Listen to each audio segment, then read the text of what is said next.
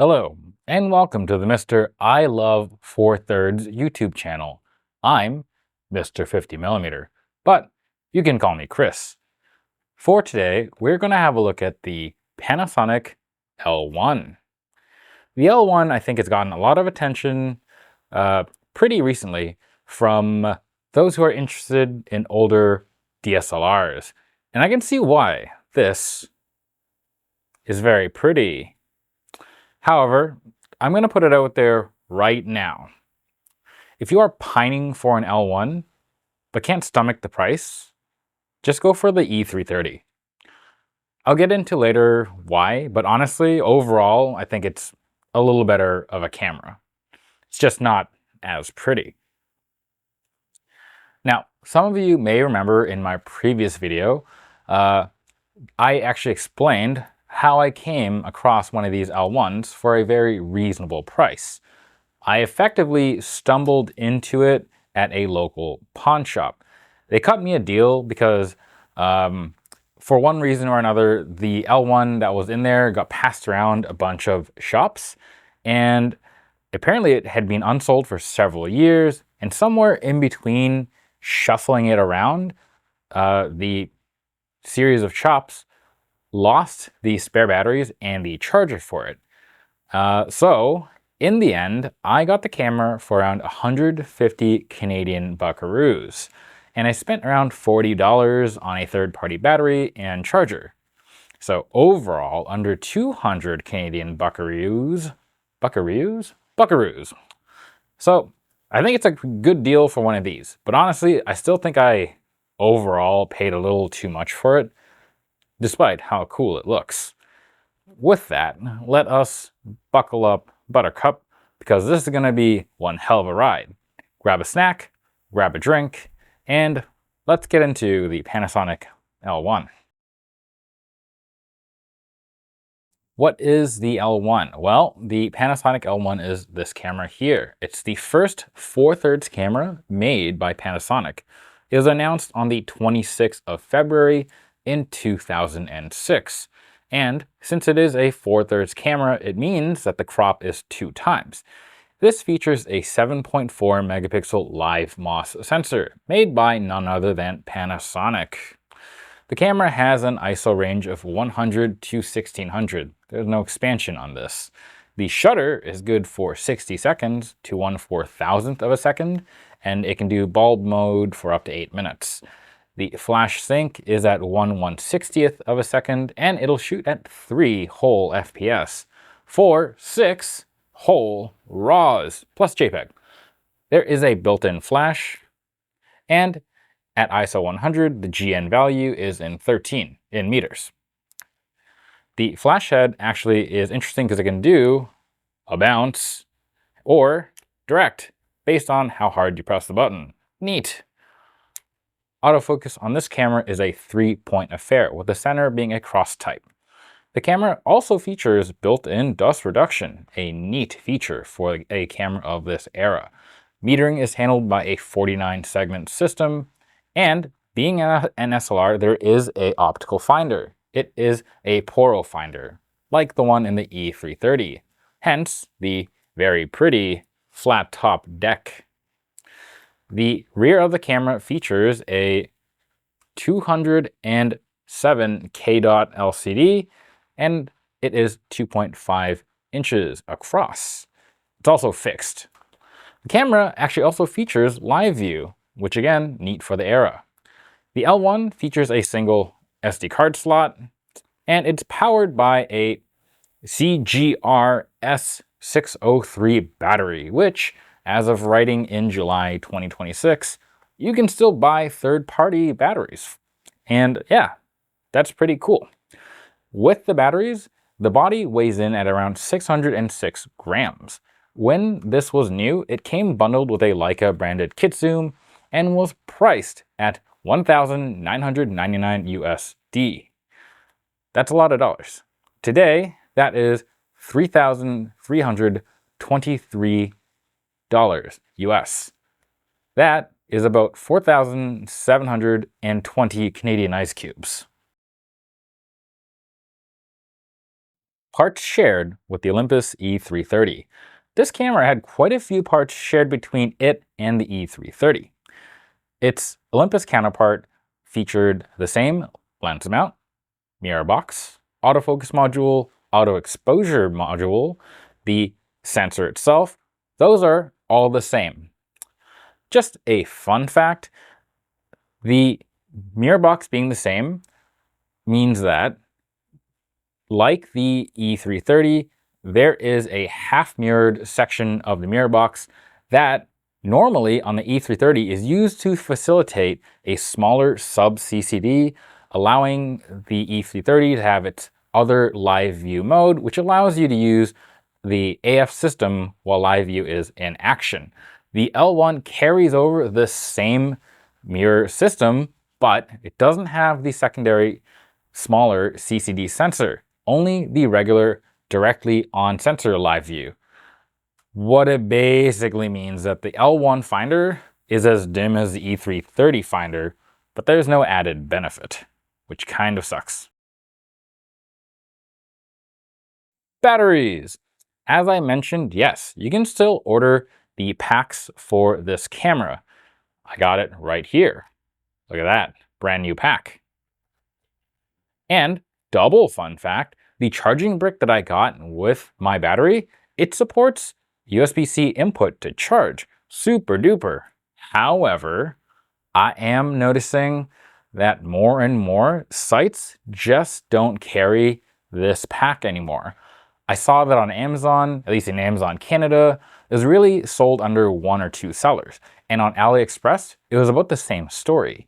So, while it is still possible to get them, I feel like this may not be true for that much longer. In addition to that, the lead time it took to get this battery was suspiciously long, over a month for delivery, which at this point with AliExpress is pretty weird. I'm now pretty used to them delivering in under like 12 days.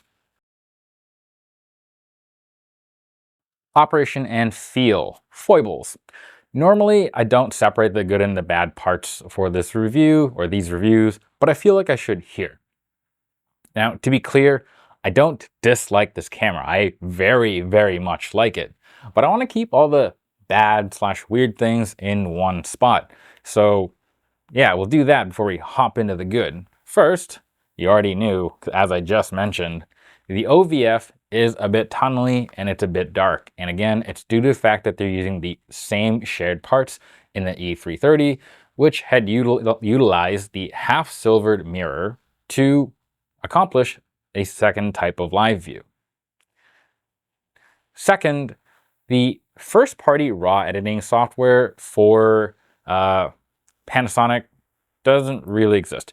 After my last video where I compared the E330 and the E300, where I was doing the color comparisons and processing of RAWs, I got some pretty valid comments that I should probably be using more OEM software to process the images when doing comparisons, since it's probably the most true to the way the manufacturer wanted us to experience the colors, or experience making the colors.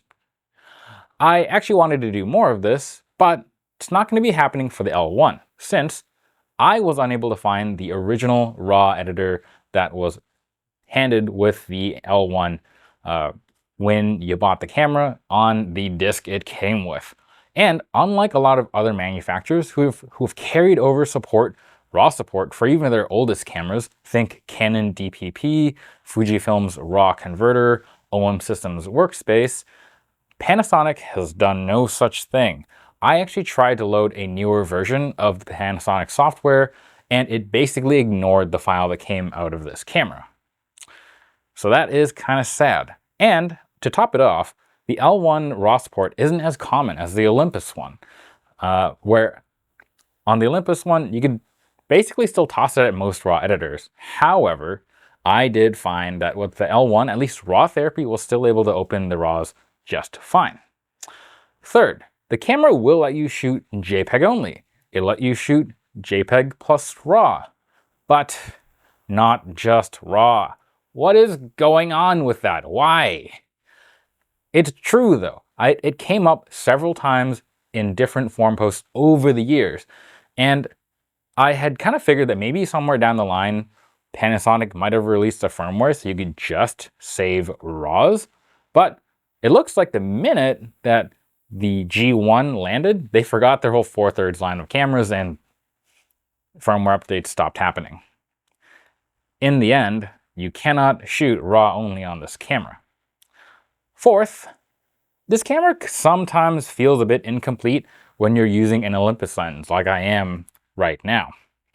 For those of you unaware, Panasonic branded lenses generally had aperture rings, except for one, the kit lens for their second and last 4/3 camera, the L10.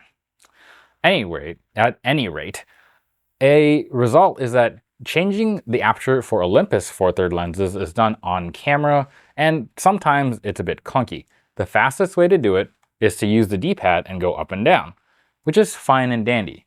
But I find that it's kind of annoying that if you start adjusting this with the D-pad and you decide that you want to do exposure compensation, which is normally this dial here, it doesn't. It continues to change the aperture. You have to first cancel and or get out of that mode and toggle it either by half pressing the shutter, hitting the set menu, or hitting the function button. Otherwise, it will continue to change the aperture. I found it kind of weird because it's kind of inconsistently applied. If this were a thing that happened with the rest of the controls, I probably wouldn't care as much, but it doesn't. Now, another area where it is strangely different is that if you do your AF point selection, that is normally left and right. And oddly enough, you don't need to press set or half press to kick you out of the AF spot selection. It just sets it. And if you do press the set button, it will just pull the menu up, which is kind of annoying, and the inconsistency kind of annoyed me. Second to nearly final point, SD cards. This camera only supports up to 32 gigabyte partitions. Luckily, still, for now, 32 gigabyte SD cards are a dime a dozen. Maybe 2 or 3 dimes, but still, it's not that bad. Final point, there is an aperture stop-down button. It's right here. It's this thing. You can see it. It's got a symbol for aperture stop-down. Right there. But it only works in live view. Why? Why dedicate a button that only works in that one mode? You actually cannot, for real, look through the finder, press the aperture stop down, and expect to see it stop down. I verified this, it's on page 58 of the manual, and it specifically says, this button only works in live view. All right, enough weird, odd foibles. Let's talk about the better things. Operation and feel. The L1 looks very awesome. The build quality is quite solid. For a first entry into the DSLR/interchangeable camera space, this is probably how it should be done. For its build, the top and bottom plates are a metal construction, and there is plastics involved as well. Overall, though, it's a very solid feeling camera. One thing, though, is that these Poro Prism cameras, they look smaller than they actually are. For reference, let's have a look at the Nikon DF. If you look at that, the DF is a hair less big this way. And it's only just taller because of the viewfinder hump, obviously. I mean, that's kind of the thing with these. But the L1 obviously weighs less. Overall, though, the L1 is still a pretty dense feeling camera. But yeah, don't let it fool you. It's not really that small. Here's a Canon 7, and they are about the same size, and the Canon 7 is notably thinner.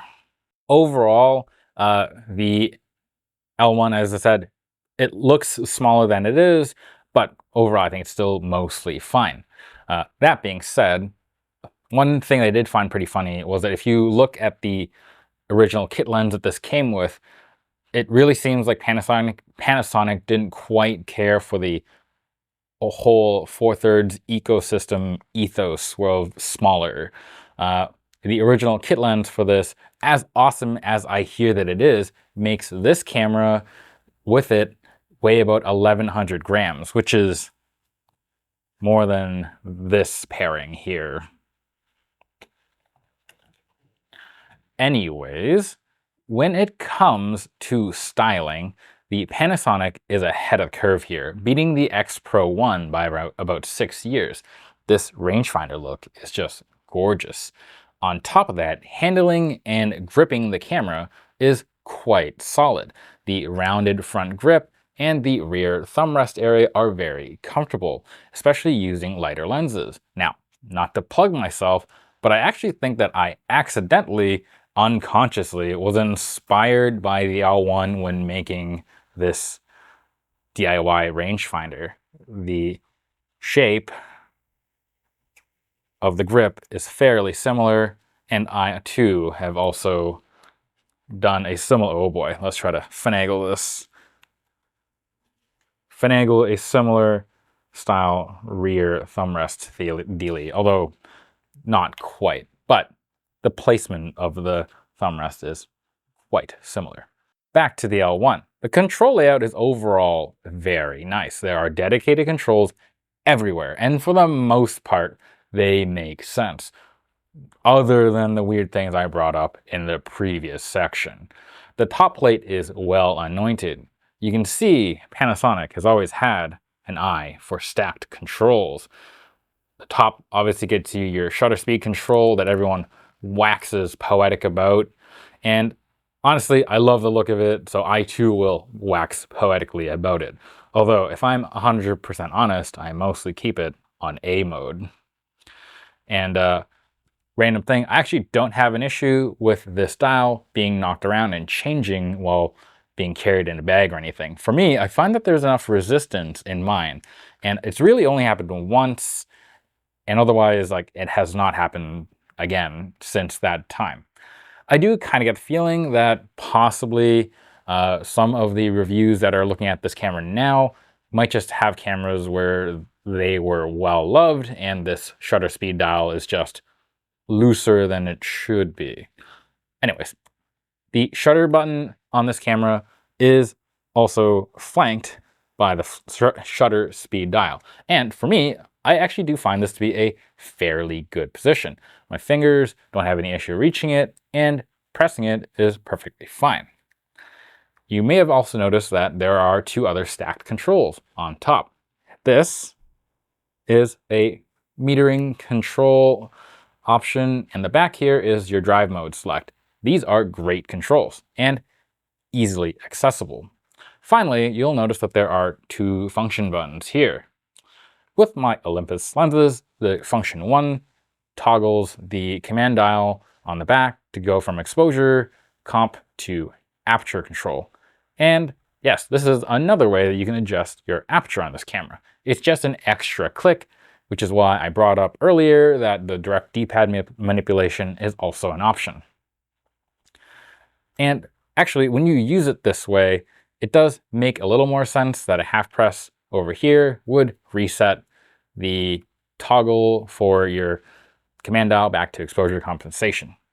Now, for me, function 2, that is a custom settable one, and I have it set, in this case, to film modes, which is weird for me, but I have it set there. At any rate, I already spoke about the command dial, but let's have a look at the back of this thing.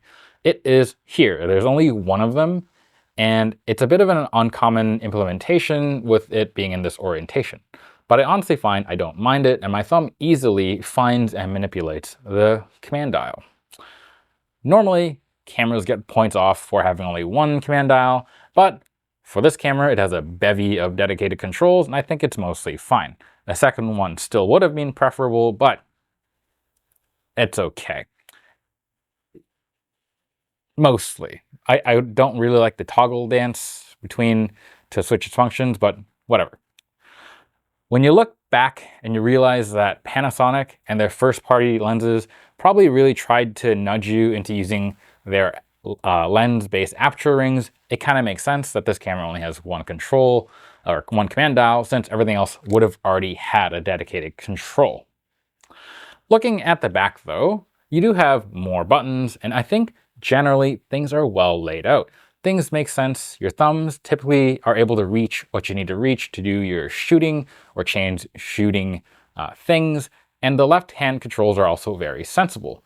My favorite thing about this layout is this right thumb controlled power toggle. So good. Right, let's have a look at this flash that everyone loves. On mine, it's a bit sensitive. You're supposed to be able to softly press it and get it to pop up. Let's see. Nope. Yeah, there we go. And then you can hard press it and it does that. I have to be real soft to get it. And most of the times it's easier just to put your finger behind it and stop it from popping up all the way. It'll still latch in this position. This, I think, may just be my copy, or maybe I'm too aggressive with my meaty sausage fingers. The OVF. So I already mentioned it's not very bright, but it's perfectly usable. And the display on the right is fairly nice, and you get a good diopter control just on the left over here. Easy to adjust, and overall, it is accessible. The hilarious thing, if you notice this OVF, is that it is very offset behind the body. It's actually kind of a bit much. I admit, my schnoz ain't that big. So I never really had my camera press up against the rear display. And I did find it very comfortable.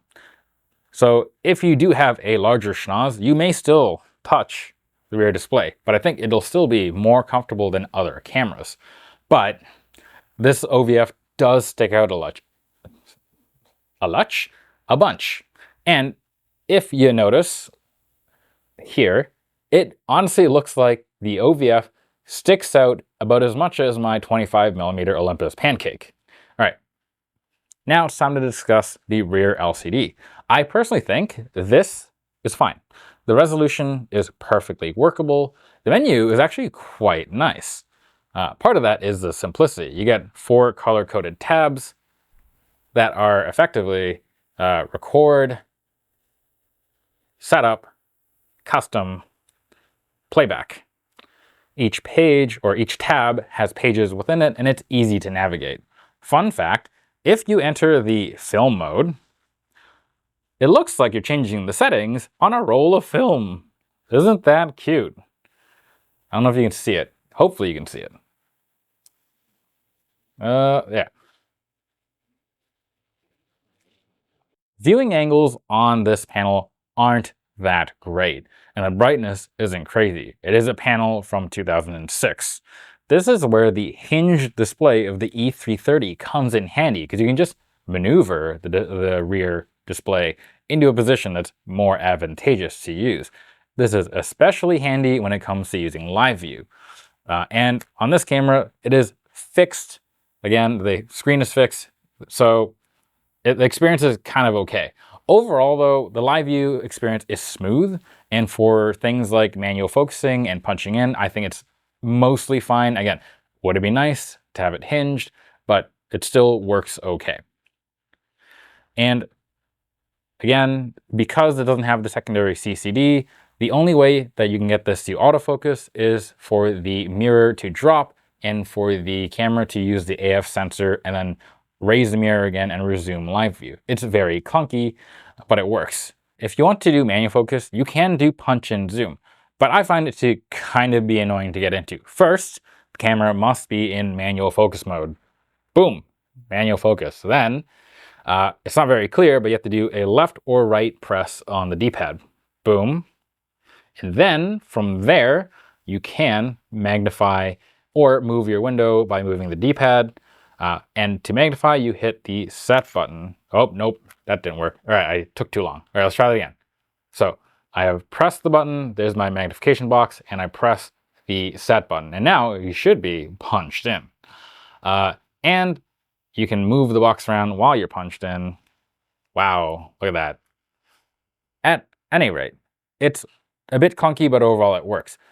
Now, one thing I found is that if you are in live view and you're not in the right mode, or you hit set right away, it literally pops you out of live view and opens up the menu like this. It's very annoying, and it does slow things down. All right, so there are some foibles in this section as well, but it's okay. Mostly, I think it's reasonably good things about this camera. Mostly how pretty it is. Image quality and autofocus. Overall, the 7.4 megapixel sensor provides a nice output, even today. As with all these older SLRs, dynamic range and high ISO aren't where these things shine anymore. Although, compared to DSLRs at the time, the L1 did do a reasonable job keeping up with its APS-C counterparts. I will say I think it is perfectly fine most of the times, and you can lean into the limited dynamic range intentionally and crush your shadows or blow out your highlights, if you will. The resolution is also pretty good for moderate prints and 100% fine for web use.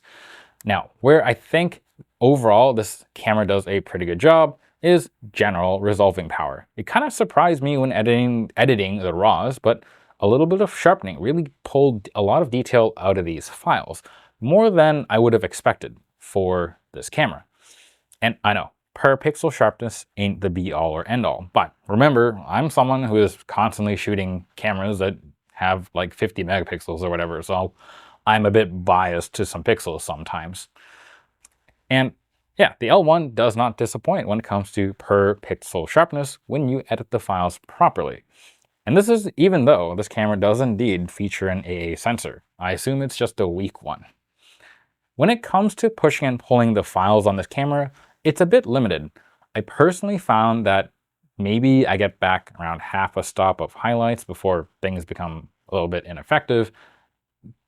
But I found the other way, pushing shadows, immediately brought noise into the mix, and I wasn't super happy. However, a little bit of noise reduction would generally help clear things back up, remove the blotchiness of the color noise, and it would still be reasonably okay for pushing. But overall, the files didn't have a huge amount of headroom. Now, let's have a look at some noise samples.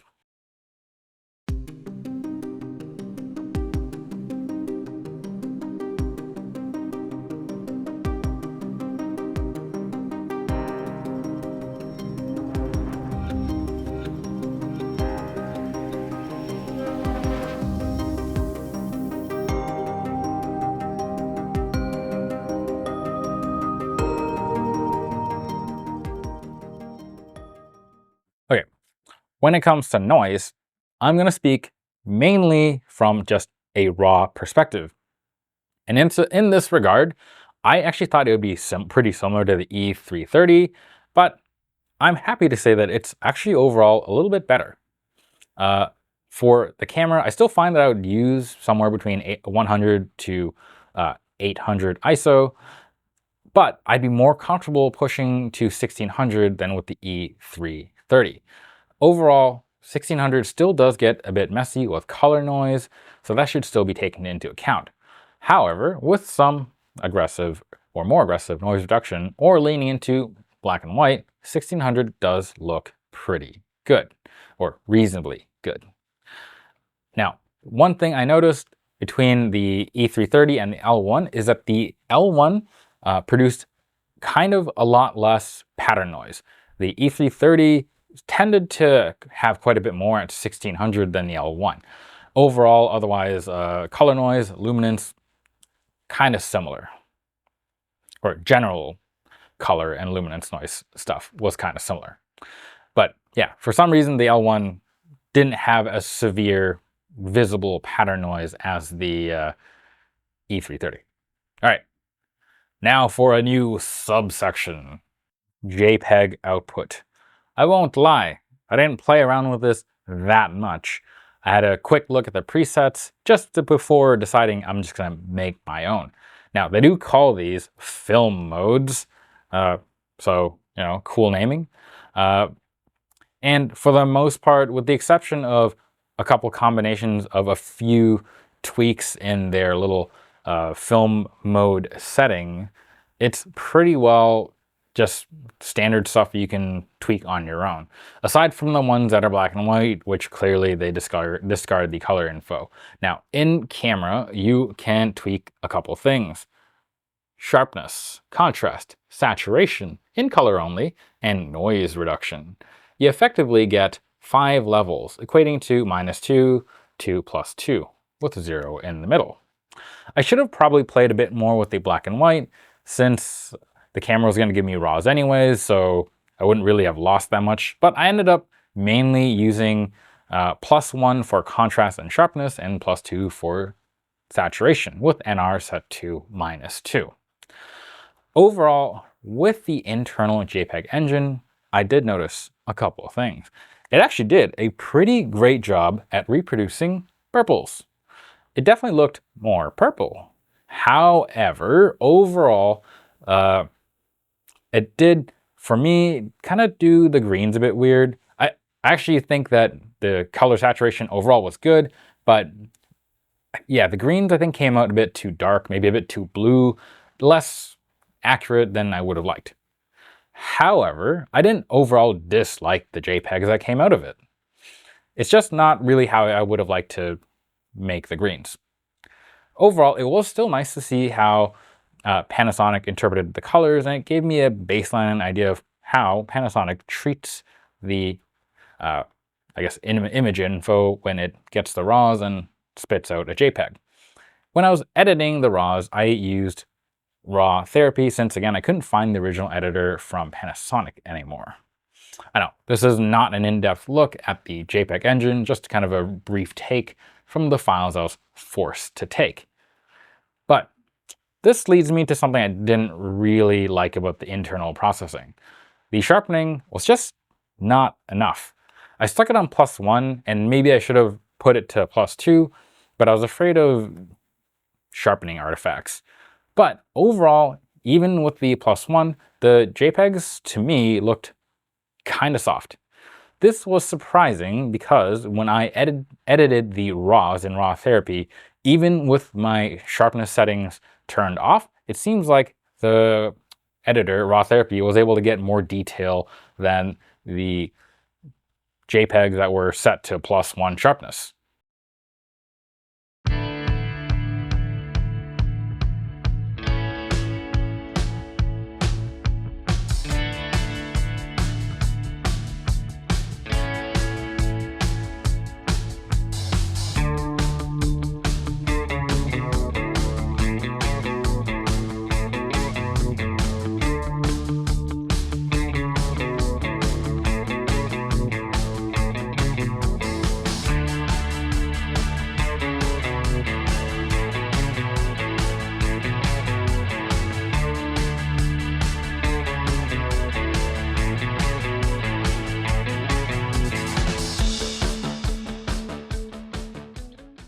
Thus ends the first and maybe last time I look at JPEG output directly from a camera, straight out of camera, if you will. Let's talk autofocus. The system is lifted from the E330, and there are reports that the system performs worse on the L1 than on the E330. But for me, I personally didn't find this to be the case. The system overall is pretty good for your classic focus recompose. For static things, the central point tends to be pretty solid. However, the system as a whole isn't great for tracking. I did find that in good light, overall, the center point was perfectly accurate. And in moderate indoor light, it was also pretty reliable. I never really had a problem with it. I was getting pretty solid results when I was playing indoors with the camera, playing with the bounce flash feature. You know, this thing.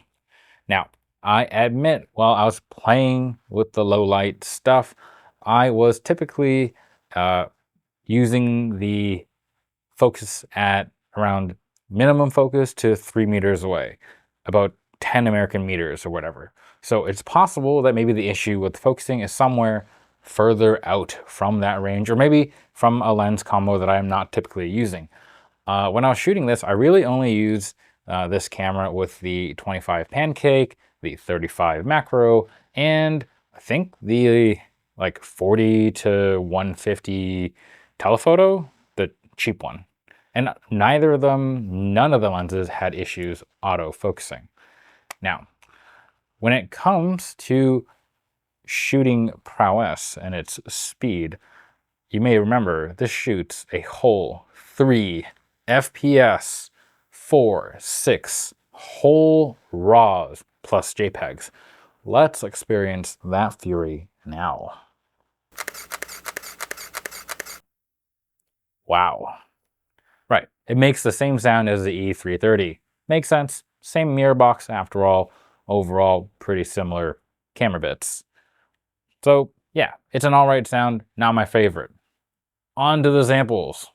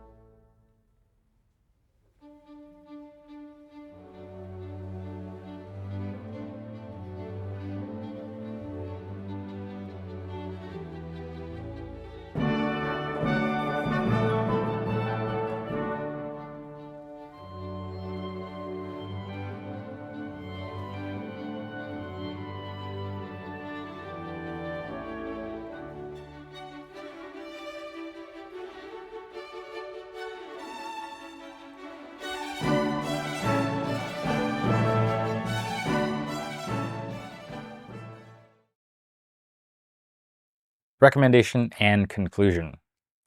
Back to my original point in the intro. It, to me, is not worth the hype. The L1 is pretty good, but not crazy. Now let's go over the sale prices. Looking at your eBays, the average price there had kind of a wide range. Typically somewhere between 300 USD for something that's confirmed working, probably in pretty average shape. for great shaped ones selling at upwards of 450, 500 USD, which sound kind of crazy. Now, if you wanted to buy one of these from a used camera retailer, I looked at the camera store with a K, and it looks like they're selling one now for around 450 USD. Now, if you want to do the whole Yahoo auctions thing or whatever with the Japanese middlemen sellers, you can actually probably snag one for around $250-ish. But be aware, you'll probably be paying some extra shipping fees because they tend to work by having you pay the shipping fee to the middleman, and the middleman then ships it to you. So you'll have at least one more shipping fee. With that to say, I personally just don't think that even on the low end that this is really worth it. Remember, I got mine for effectively around 130 USD. And that's factoring in the new batteries and charger that I bought it. I will say, I had a lot of fun shooting this camera. The experience overall is really nice. And I generally like the feel of this more than the E330, even with all the weird foibles, even with the lack of support for the RAW and the weird, quirky interface things. The inability to not shoot JPEGs and only shoot RAWs.